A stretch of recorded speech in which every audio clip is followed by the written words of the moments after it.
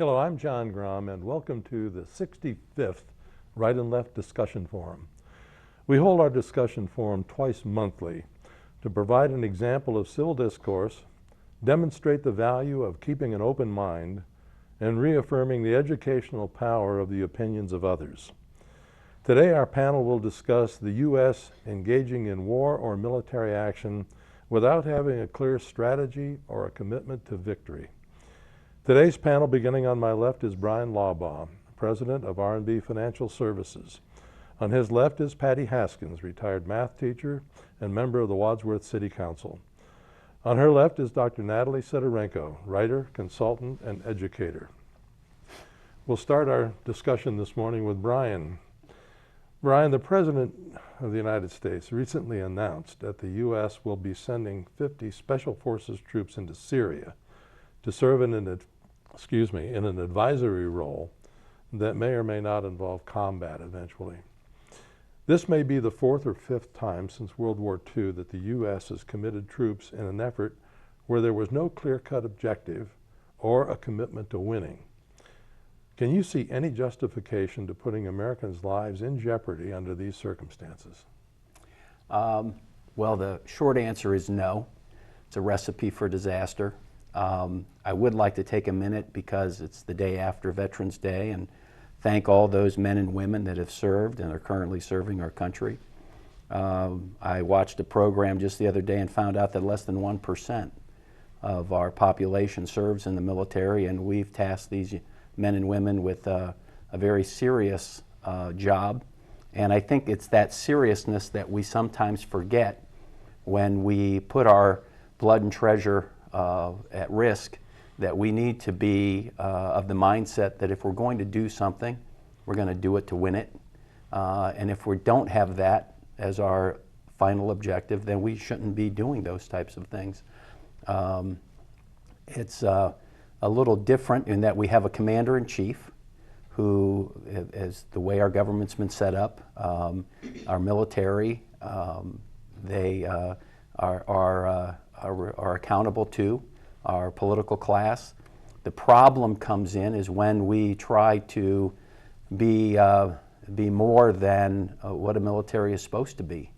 The objective, when you read any sort of history with military, when you put your men and women out there, is to defend and in situations to win a war. And we've sort of strayed from that. We put them on these variety of different missions. Obviously, there is a humanitarian effort that we can assist countries when there's catastrophes. You know, National Guard does that in our local communities and in the United States when there's a catastrophe of some sort. But when we commit our troops in faraway lands, we need to be very clear that they're there to do a job and give them free rein to do it. When we start to meddle in their ability to prosecute a war, that's when issues come up. And I think we can point to a variety of situations where our political class basically got involved in trying to micromanage the military, and it just does not work. So before we make that type of a decision to put our men and women at risk, they need to know that what the purpose is, and if the purpose isn't winning. And I try to explain this sometimes to people in that you have the best football team out there, but your football team can only score 3 times. And your football team can only run the ball up to the 50-yard line, and then after the 50-yard line, they have to pass the ball. So we put all these constraints on these highly trained, They're called rules of engagement. Yeah, and we seem to be the only country that follow rules of engagement. And you could say that, you know, we pretty much tie their hands behind their backs. So we need to be judicious in that decision, that if we're going to do it, we're going to do it, and we're going to do it right, and we're going to let the military prosecute the war, and not to get involved in setting different goals. I mean, I can't imagine what it would be like to be a soldier knowing that you're not there to really win. The basis that I draw these conclusions from, my father served as a career soldier for 23 years in the Army, and that was probably the biggest frustration that they, as a soldier, felt, that we could only go so far, you can only do so much, you really could never really do your job. And it's a serious matter. And I think the powers that be really need to be serious before they commit our blood and treasure to prosecute a war that we're not out to win. Yeah. Patty, you're a child of the Vietnam era. Oh, yes. And I'm sure that you were on campus at times when there were riots during Vietnam demanding that we get out and all that. What kind of an impact does this have on you? Oh, quite a bit. I mean, I graduated from high school in '67 and started at Akron U, which actually was a very conservative campus, in 1967, in the fall of '67. And I know I was very anti-Vietnam War at that time. I always went back. It's interesting. I think, Bryan mentioned objectives. And if we look at the wars that the United States has participated in, and going way back, the United States, as I was adopted, I think, a different philosophy than other countries. When Germany invaded Poland, they didn't want to just defend somebody. They were not there to, get in, get out, and give it back to the Polish people. In many cases, wars are promoted so as to take land and take over a country. Other than, perhaps when we got Texas. In California. California. And for the most part, we have entered into wars for the purpose of defending various different countries or various groups that have been attacked by others. The United States, I think, has actually been overall a very pacifist nation where that is concerned. I mean, if you look back at World War II, the country really did not want to go into World War II until Pearl Harbor. In fact, I think that in the 1940 election, Roosevelt promised the American people that no American boy would fight on European Absolutely. soil. And even, with the Holocaust going on already in Germany, there was a lot of anti-Semitic opinion in the United States. In the White House, too.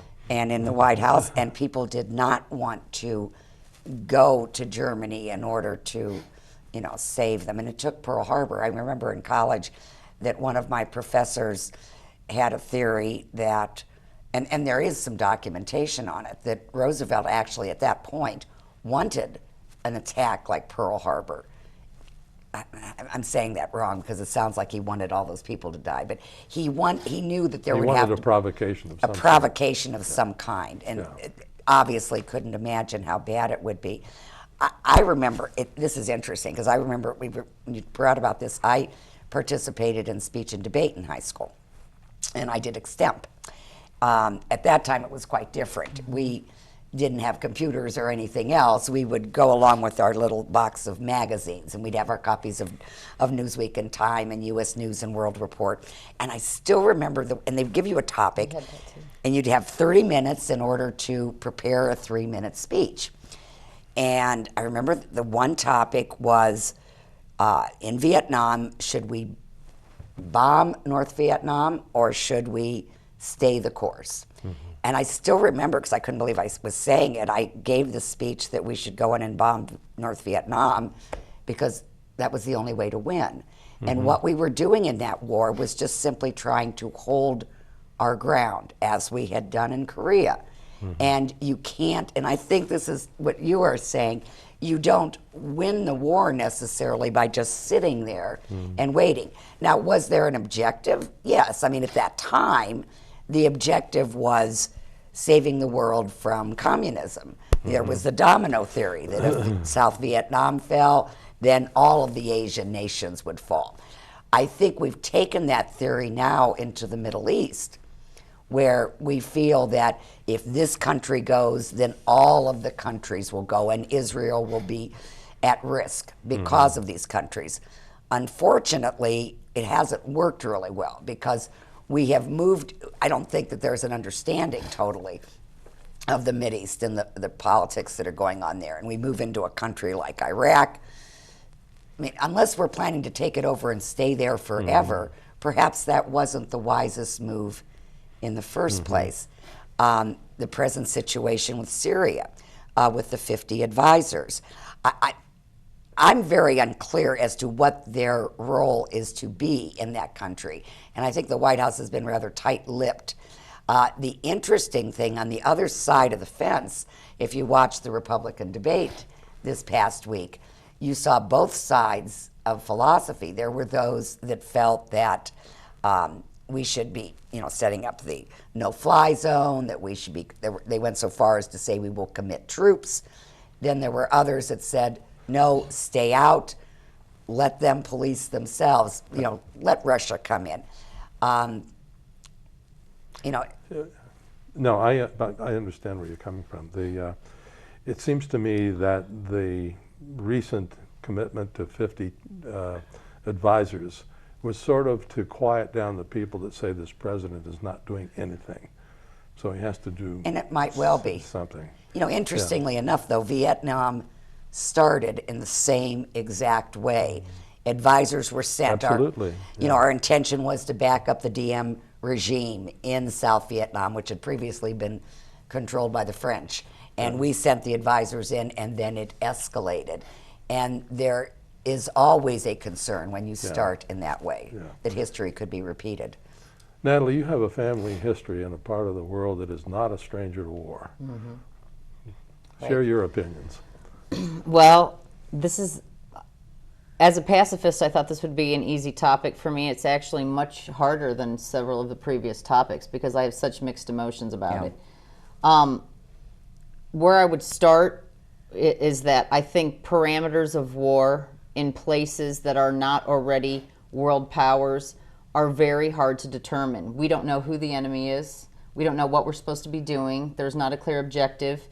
And before I even talk about my family, I'd just like to say that in my experience of working with either as colleagues or students, international persons for the last 2 decades, I have very mixed emotions about it. On the one hand, I've had several students that say, look, we don't ever want America to be in the Middle East. All you will do is kill yourselves and kill us. You're never going to understand it. You're not going to understand why people of the exact same religion, Islam, are all separated, Sunni, Shiite, Kurd, and hate each other and want to kill each other. It's a lose-lose for everyone. Please stay out. Then I've had other students, particularly from Africa, interestingly enough. And what was hardest for me was when I was at Purdue and there were people begging for help because Darfur was such a terrible situation. Child soldiers in Sudan was such a terrible situation. The rape camps in Democratic Republic of Congo were so terrible. And they were begging, please send U.S. troops in and save these children. At the time, I felt like, I'm sorry, but we have to save our own children, and this is terrible, this is happening to you. Then I became a mother, and I thought, oh my goodness, send me. I'll be the vigilante, I'll be the mercenary. Drop me down in a helicopter, and I'll save these children, because my heart ached so badly that this could be happening in the world. But I was realistic enough to realize that our government, even if we have the finest military in the world, which we do, isn't trained to go into these wars without parameters because we have no idea what's going to happen. We don't know who the enemy is and who isn't. We don't know who to trust. So many of these warring factions, especially in Africa, are rogue. They're on the road. They steal illegal arms. They're dealing with the Middle East. It's so dangerous for us to be able to enter in that situation. On the other hand, I feel as though without military involvement from America, obviously I don't believe World War II would have ended. I don't believe enough camps would have been set up for displaced persons like my family. And I'm not sure that I would be alive because I don't know if my dad's family would have been able to escape from Stalin and come to America. Were you from Ukraine? Ukraine. Okay. So I feel very conflicted. I don't want our troops to die. I don't want innocents of any of any nationality to die. On the other hand, how long can abominations go with us doing nothing? So I don't have an answer at all, John. I feel squarely confused about the situation. Well, let me lay this out. Vietnam is such a good example of our taking a limited approach. But we had nearly 50,000 American men die. We had over 200,000 wounded and millions of civilian casualties and deaths. And we had no clear-cut strategy. It was a war, to your point, Bryan, run by politicians. Barry Goldwater, running for president in 1964, said, fight it to win or get out. That was he didn't say Newcomb, by the way. Well, that was... Johnson said he said that. Okay. Yeah, but he didn't. But that was the little girl picking the flowers. And remember the ad? Oh, yeah, that commercial. Yeah. That was the assumption, Yeah, I but think. the fact was that we did eventually quit and leave. We abandoned the South Vietnamese. They're in worse shape than they were before we came in to help. Mm-hmm. And we lost 50,000 people. I mean, many, many deaths. Mm-hmm. Should we have voted for Goldwater in 1964? He lost in a landslide, by the way. Well, unfortunately, you can't dither when it comes to war. Mm-hmm. There's no way around that. We don't train people to kill people and then tell them don't go in and kill people. And we have to have, it's a very stark reality that the military is there to prosecute a war and to kill the enemy. It's not to take prisoners. That's a byproduct of a war. We are very compassionate, loving people. We want to give our enemies the benefit of the doubt, and we've done it many, many times. Mm-hmm.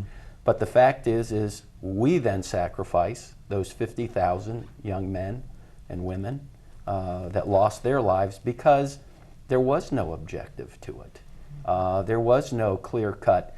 My father was in the service at that time. He went to Korea for a year and was able to do that because of his rank and where he was at, I guess, in seniority instead of going to Vietnam. I've had cousins that went to Vietnam. And there was really no clear mission. Yeah. Take that hill, okay, and you're done for the day. Next day you go back and you take the same hill over again. So I just don't think you can dither. So let's not put our troops in there. Mm-hmm. If we're not in there to win it, and if we don't have a clear objective, don't be committing the military of the United States to be policemen. Mm-hmm. They're not trained to be policemen. We were fighting for a political ideology in Vietnam. We wanted to bring democracy there, wanted to maintain it. We did not want communism to come in. The people of Vietnam, very honestly, were not all that concerned with political ideology. They were concerned on where they were going to get the food to get their dinner that next night. And anybody that came in and handled that for them, they were going to side with. So it was a very difficult conflict. But when you can only pursue your enemy to an imaginary line separating north and south. Absolutely. That goes back to my football analogy. You can only run the ball to the 50-yard line. After that, you got to pass it. And if you can't pass the ball and score, well, you're only going to score 3 touchdowns anyway. I just reject that argument that somehow you can send our military in and say, you can only go up to the 38th parallel. Well, and the deaths aren't the only problem. Like my father-in-law, he doesn't talk about war at all. He just doesn't talk about it. He was shot in Vietnam. He has had total breakdowns of the innocent people that he had to kill. He was drafted. I mean, he did not go sign up of his own accord. My father did try to go sign up, feeling like he had to, give back to the country that accepted him. They rejected him for veins in his legs being bad. I'm thankful that that happened because he, might have been killed. But my father's best friend just started talking to him again after 40 years because his PSTD was so bad. And now he calls my dad constantly, Paul, I can't sleep. Paul, these nightmares have plagued me for decades. And I had a student from who was sent into Iraq, Operation Desert Storm, who was the same way. I'll never be forgiven for killing children. I'll never be forgiven. Now he's gotten help. Thank goodness he's married. He has children. I am so glad to see that he has moved on. But how many of our soldiers are completely tortured for, like you said, Bryan, were sent in, didn't know their true objective, and weren't allowed to do it. You know, we're only allowed to go so far, but now they will suffer a lifetime for not really having any resolve come out of that conflict. It's sort of easy for us to look back and blame politicians, to blame Lyndon Johnson. I was just thinking about that. Yeah, well, Lyndon Johnson, it was after the Gulf of Tonkin that he said, our response for the present will be limited and fitting. He didn't say committed to victory, but limited and fitting. 85% of the American people were in favor of bombing North Vietnam, but not invading. I mean, we have to look at the American people. The Gulf of Tonkin resolution passed in the Senate 98-2. Right? You can't blame all that on Lyndon Johnson. And the escalation that went on in Vietnam was based on political polls more than anything else. And we as Americans have to accept the responsibility. We were darn wishy-washy as a people. We had an opportunity in 1968 to elect a president, Hubert Humphrey, who wanted to end the war, get out. It turned him down. We had another opportunity in 1972 with McGovern, and he wanted to end. He overwhelmingly defeated. Take one state, yeah. Something like that. But the American people had many opportunities. But when you look at that, everyone wants a war without getting your hands dirty. Right. And when you can bomb a country from 40 or 45,000 feet, and the probability of one of your aircraft being shot down is maybe 5%, everyone's all for that. But when you have to commit boots on the ground, and there has not been a war that I've ever heard of or studied about that was won without men and women on the ground, taking real estate. And to Patty's point, we're the only country that turns the country back over to the enemy. After the battle's been done, there all these programs, the Marshall Plan, all these programs that rebuilt Europe, the millions of dollars, that were spent. We're a very generous and compassionate and kind country, but war has a very ugly underside to it, and a lot of people don't want to face that. So, I think that a lot of people were deceived after the first Gulf War, Desert Storm. Is that what it was called? when they went into Kuwait. Yeah, and I think there are like 400 Americans died, but had achieved. Well, the purpose was to get the Iraqis out of Kuwait, and it worked. But of course, they set fire to all the oil wells before they left. Right. But the people got the idea that you could win the war from 40,000 feet, and we had all those great pictures on television of smart bombs going down smokestacks and blowing up buildings, and people kind of got used to the idea that you can win without. It's like a video game. Yeah, and that I think we're finding out now.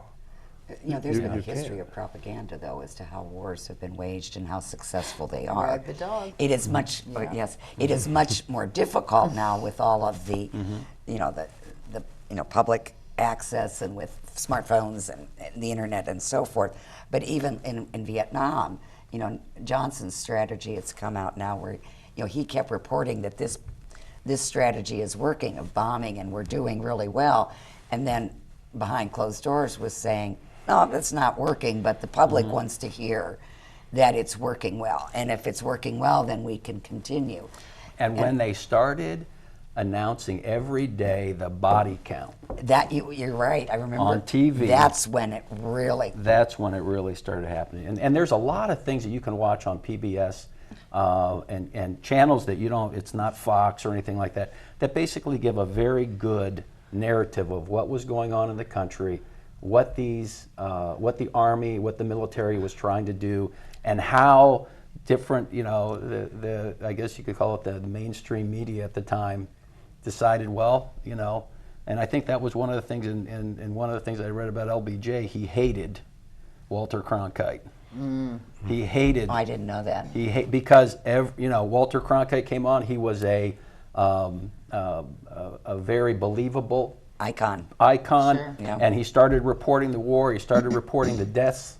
Didn't make any difference if you took out 2,000 Viet Cong. We lost 50 troops, and that's what the thing was. That's what the news of the day was, and that started to grate at the people. And I'm just saying, I'm not for it, or wasn't against it, but I'm just saying that Well, Vietnam and Korea were clear-cut examples of us having a limited commitment. Absolutely. And a poor definition of we never articulated what it was that we were there to achieve.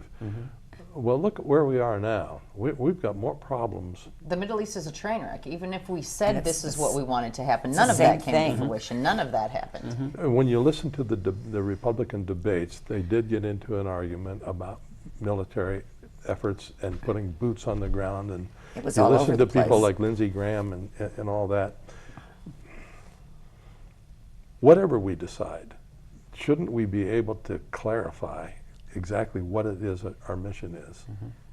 One of the things that I heard on this program was, in the past, when America went to war, the country went to war. Yes. It was America. Everybody was on board. We all, it was the country. World War II, rationing.